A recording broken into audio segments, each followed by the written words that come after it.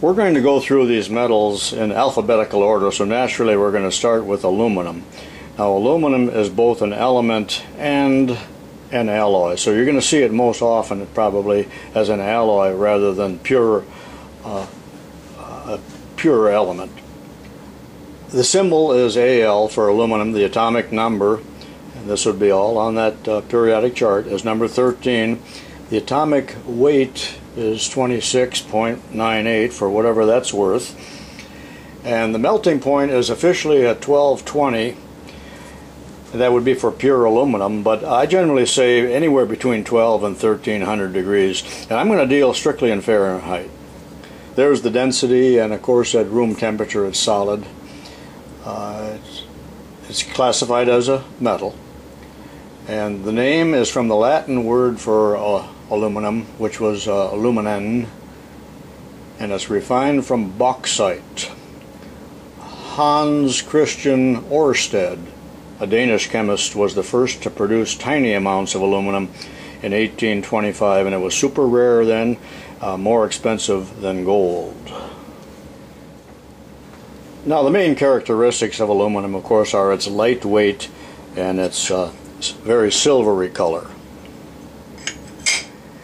As far as the history, I just mentioned that it was discovered by Hans Ørsted in Denmark in 1825, and in the time of Napoleon III it was still so valuable that it was used as tableware and was locked up in the vaults when not in use, because it was as rare as gold.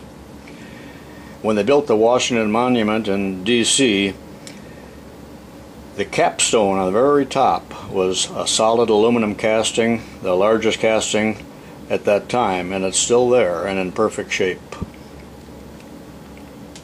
The main deposits of the ore, the bauxite ore, are in Australia and Jamaica and Brazil, China, but we also have it here in the United States and Canada, and Russia has quite a bit of it as well. So we're very lucky to have such large deposits of it. And matter of fact, it's the third most abundant element in the world, and it makes up about 8% by weight of the Earth's solid surface. So there's an awful lot of it, but it takes a tremendous amount of electricity to produce it. That's why it's so important to recycle aluminum, because it takes only a small percentage of the power to remelt it and reprocess it, as opposed to taking it out of the earth. Applications and uses. Naturally, aircraft might be the most important one, because we can reduce the weight and still have pretty strong material. Magnesium's used somewhat also in airplanes. Corvette cars are using a lot of aluminum, as well as all automobiles using a lot of aluminum now to reduce the weight, to increase the gas mileage. And it's all recyclable. There are thousands of uses for aluminum. You're probably going to see more aluminum than any other material other than iron and steel. It'd be the most common that you're going to see in everyday life. Much of it hidden, but also a lot of it in view of the naked eye. Methods of fabrication, well, it can be welded, and it can be bent and stamped and riveted and glued, held together with adhesives, and a host of other ways of fastening it. Here on the bench are several pieces of aluminum that I had here in my own shop or in my scrap box, and I have a lot more of it than this as well, but you can see that it comes in sheets and round stock and flat stock and just about any way that you could possibly want it. But here we've got some lightweight sheet metal. Here's the common kitchen foil, aluminum foil, only a thousandth or so thick. That's one of the major uses that you're going to see every day around the kitchen. Years ago it was tin foil, and some people still refer to this as tin foil, me being one of them, since I'm an old timer. So we got round rolled material. We've got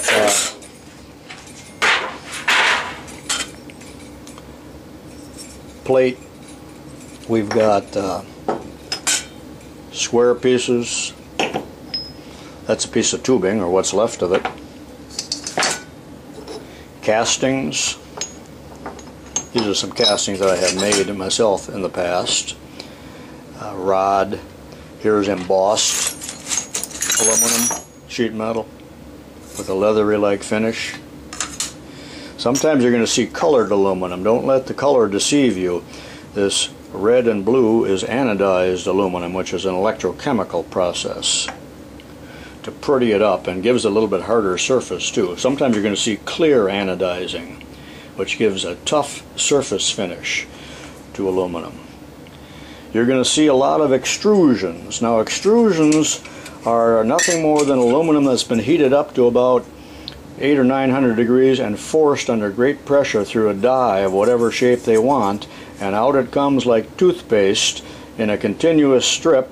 They could make it hundreds of feet long if they wanted to, but it's chopped off. This is a heat sink out of a computer.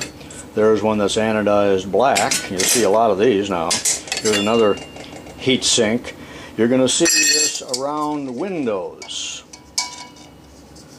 Any of those weird shapes that you see around windows, ladders, thousands of feet. Here's a ladder. Millions of feet of extrusions are made.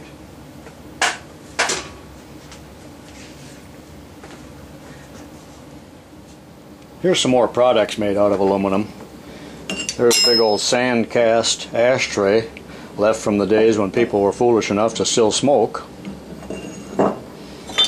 Piston and connecting rod out of a small engine, and they've greatly reduced the weight of small engines and large engines for that matter by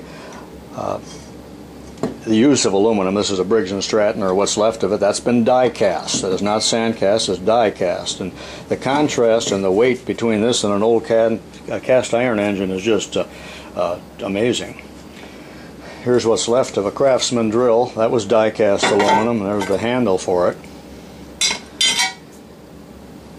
Now, as far as identifying aluminum as to the exact alloy, you're not going to be able to do it that easily, other than if you have a home foundry, you want to stick with items that look like they were sand cast rather than die cast and avoid the extrusions.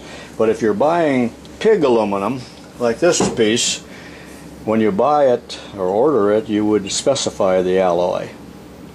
And it's marked in here. I can't read it, nor do I know what that means, but when that was new, there were 3 of these connected. I sawed them apart. As opposed to my smaller ingots that come out of my home foundry, I'm not sure what's in them other than I melt only sand castings, but it's a mixture of various products. When you buy aluminum or order it, it's going to have the alloy number on, such as this, if you can read that. Alcoa, you'd have to look it up. I've only touched on aluminum.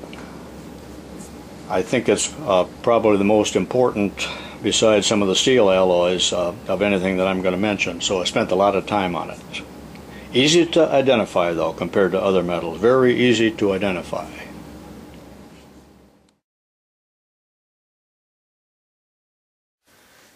The next metal I'm going to talk about is antimony, and antimony is an element, but in fact you're not going to see antimony very often, if ever, other than used as an alloy with other metals.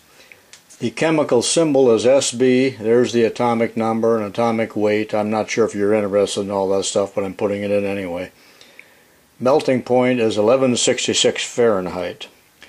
There's the density, and of course it's solid at room temperature, and the element classification is a metalloid or semi-metallic. And the origin of the name is from the Greek, using the words anti, which means opposed, and monos for solitude, hence not alone. I suppose that means that the metal is not found alone, that is, it's always in an ore and is difficult to extract. It's not abundant, but it is found in over 100 different minerals. The mineral stibnite is the major ore. And as far as history, part of a vase that was found, oh man, 3,000 years ago, 3000 BC in Chaldea, was made of antimony. So it goes way, way back. Characteristics of antimony, and I do not have a sample to show you, but it's silvery, lustrous gray metal, and it's fairly soft, although it is used to harden lead, so that's kind of a contradictory thing. I mentioned something about history already, but it was also used by the Egyptians many centuries ago for cosmetics, and there were quite a few other uses for it in ancient history, and it might be interesting for you to look that up. Much of my information came from Wikipedia, so you can find more information on any of these metals in Wikipedia on the computer. The deposits of antimony are in China, Russia, South Africa, and many other places, but China is one of the largest producers. And it's refined by the froth flotation method for low-grade ores, and for the higher-grade ores there's a melting process. Now the main uses and applications for antimony is in lead-acid batteries, which is a tremendous user of it. Type lead for printing, well, that method is kind of antiquated now, but I suppose it's still used to some extent. A lot of it used in wheel weights, bullets, and babbitt bearing material. It is a toxic substance. Not as toxic as arsenic, but it's near arsenic on the chart. Now I can't show you any pure antimony, but here are several products on the bench which have antimony in them. Remember that lead itself, this is a piece of lead, is very soft. And usually we want to harden the lead for whatever purpose, but in the case of bullets, normally we want them harder than soft lead, and antimony and possibly some other metals are added to the lead. There's an ingot from Lyman, who is a major supplier of bullets and bullet molds and so on. This is a bar of babbitt.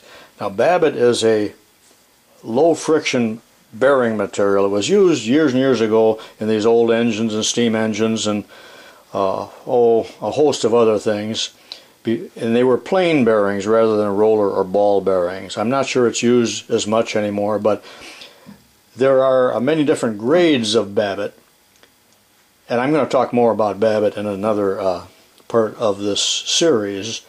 But babbitt has tin, lead, antimony, and sometimes copper in it, and many different proportions thereof.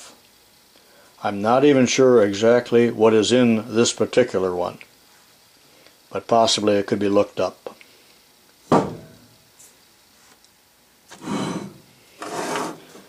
Wheel weights. They're generally not made of pure lead because they would be too soft.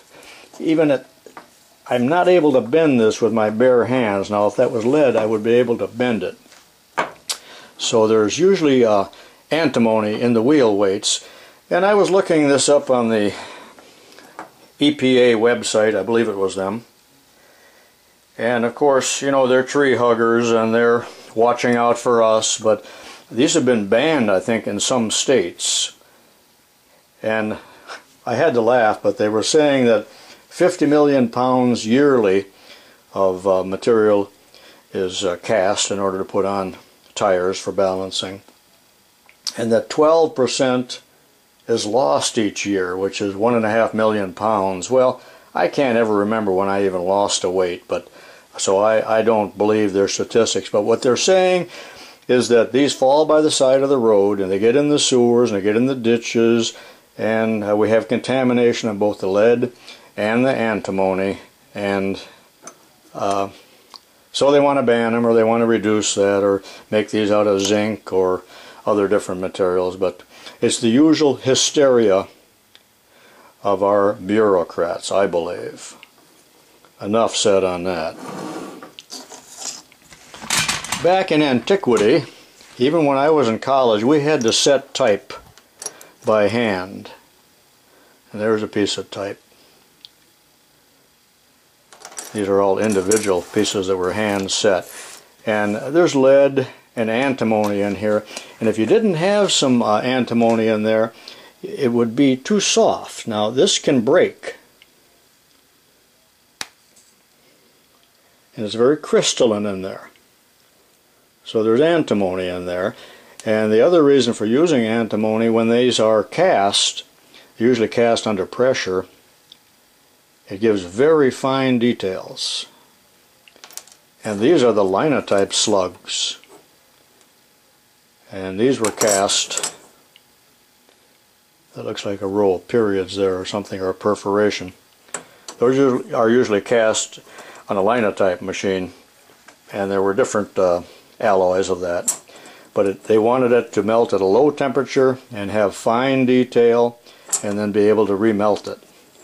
All of the lead and the antimony and everything that you see here is very easily recyclable.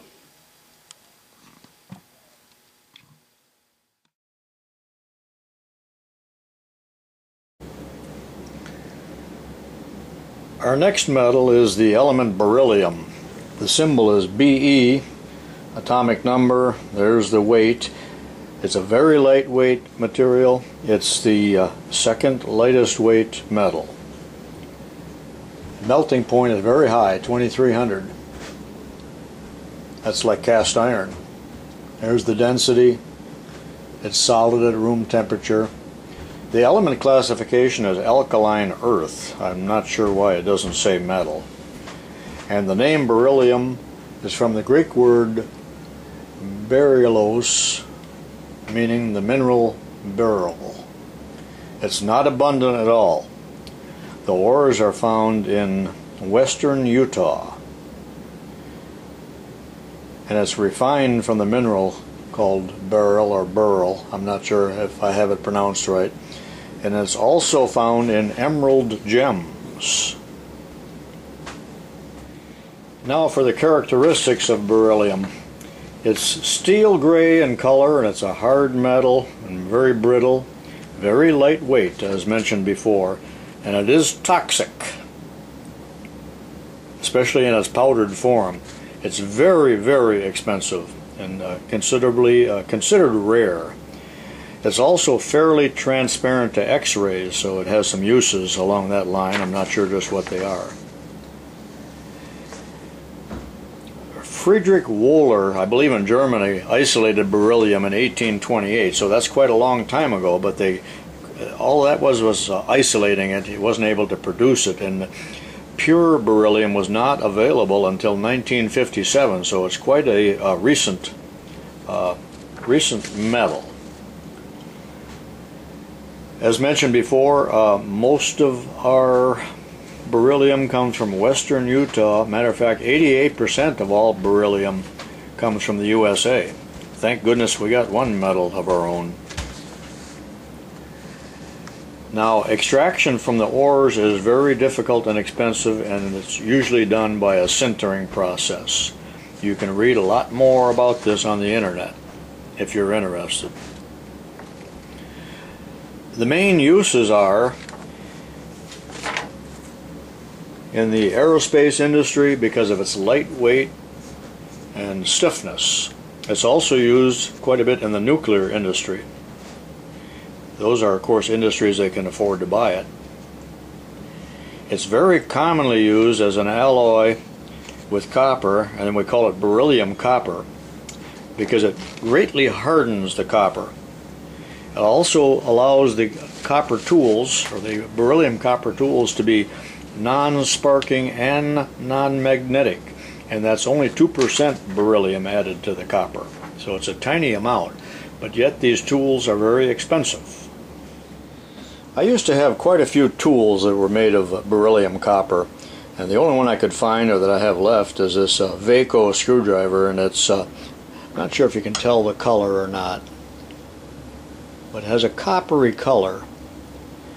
and it is marked right here, Vaco. Now Vaco is the name of the company that made it, and it's marked with a BECU for beryllium copper.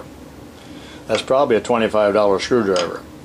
But this is a nice screwdriver to use around computers or electronic gear because it cannot be magnetized or impart any of its magnetism to the electronics. It's also for non-sparking. So these non-sparking tools, and they make them in, well, even pickaxes and sledgehammers and chisels and wrenches, just about anything you can think of that are used in the oil industry and on gas lines and by the gas companies, because when they get down next to the pipelines, they can do anything they want with it, and it's not going to cause a spark, which would cause a fire. Many years ago, I had a friend at the high school that bought a pipe wrench. This must be 35 years ago. And he came to me with the purchase order and he said, "Boy, what's the matter here? Why did this wrench," it was just a pipe wrench, like a 10-inch pipe wrench, he said, "why did this cost $57? You can get them cheaper at Ace Hardware." Well, I picked it up and I said, "Well, Tom, look what it says on here. Beryllium copper."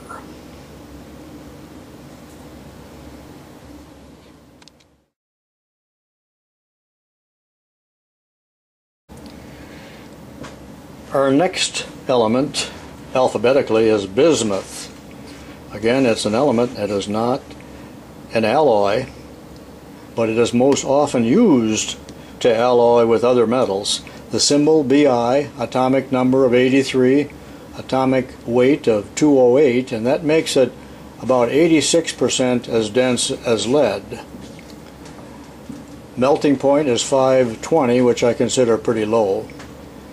There's the density. Of course, it's solid at room temperature, and the element classification on the chart is metallic. The origin of the name is uncertain. This is not a real abundant ore, but there are ores of bismuth, and they're called bismite, and another one here I can't pronounce.